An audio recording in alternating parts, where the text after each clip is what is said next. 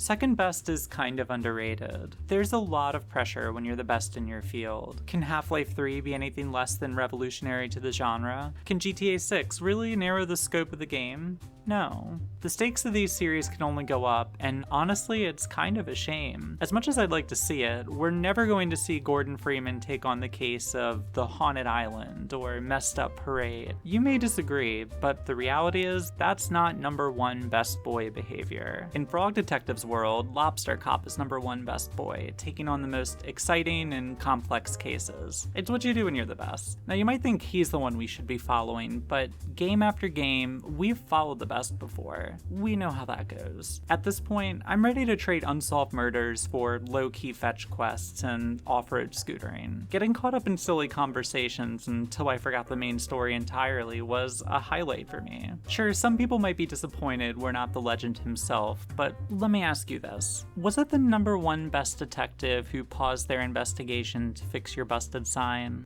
That's what I thought. Before we go any further, spoiler warning, there is none. You really think I'd spoil a mystery game? What kind of monster do you take me for? Playing the Frog Detective games kind of feels like going on holiday. We're never investigating the local area. In fact, we never even see it. Once we grab our magnifying glass and leave the office, it's always a journey to get to the latest mystery. In the first game, we're traveling to an island by boat. In the second, we go on a complicated journey to a remote magical town. The final game takes us on a long train ride to the Wild West. Technically, we have a job to do, though most of the time we're just vibing with the locals. They usually need something, but that's just a reason to meet more people. This loop of meeting someone, helping them out, meeting someone else, is the steady rhythm of the game. No one's really hidden, and you're guaranteed to make progress if you just keep doing this. Of course there are secrets for the little weirdos like me, but even then, it's a comfy journey. A short, low-stakes series like this could easily just be fluff. No one is holding the hour-long animal detective game to a lofty narrative standard. I probably would have made a video about it too, considering everything these games have going for them. What's impressive to me is the way this series sprinkles little clues and unresolved questions that there's more to the story, and actually follows up on that promise. It's easy to get distracted by the whimsy and noir soundtrack, which you're listening to right now. It's great. I've been listening to it when I wrote this, I was listening to it after, and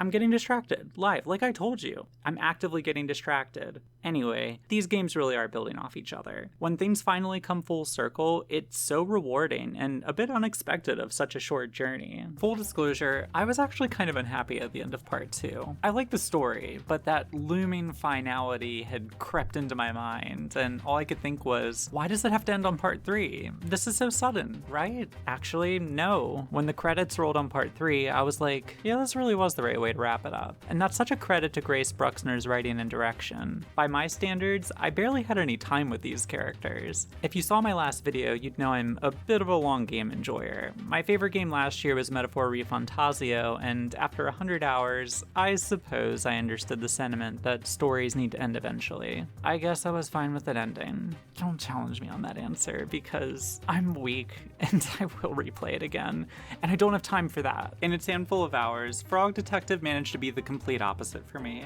When the series came to a close, I was at peace with saying bye. Throughout the games, we experienced some undoubtedly weird and memorable moments in the characters' lives, and getting to be an active part in that felt nice. We pretty much helped out everyone we met at some point, so the payoff of seeing all these little arcs play out left me feeling fulfilled. Everyone seemed to come out of the story having learned or gained something. Maybe even me. That's not something I could say about every game I've played before, and looking at my channel, I've played at least 3, so that has to count for something. Now, despite the title of this video, I'm mindful that some of the things I'm saying don't sound very low stakes. I started writing this with the video title in mind, and having reflected on it longer, it's still my main takeaway. Even in the moments of suspense and drama, there was this trust I had that things were going to be okay. I'm sure part of that stems from the style of game, but I think it's a bit deeper than that too. In the Frog Detective series, there's this kindness hard-coded into the world that makes it so easy to let your guard down. Interactions are typically conducted in good faith, and ones that are a bit hostile often include an apology before they're over. Even when someone acts maliciously, there's an emphasis on themes like restorative justice, which feels so in line with the ethos of this world. I wouldn't necessarily call it a place free from consequence, but a place that's lined with a safety net to catch whoever needs it. When I think about what really allows this series to feel safe in a low stakes but interesting kind of way, it's the kindness I keep coming back to. And I think I'm at the point where, out of fear of spoiling anything, I'm not gonna say anything else. This is a 3 to 4 hour series with no new game plus. When it's over,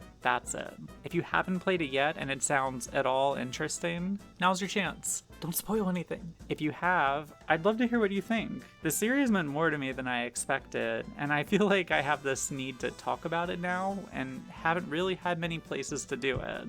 Well, I guess I kind of do now. I kind of just did. So thank you.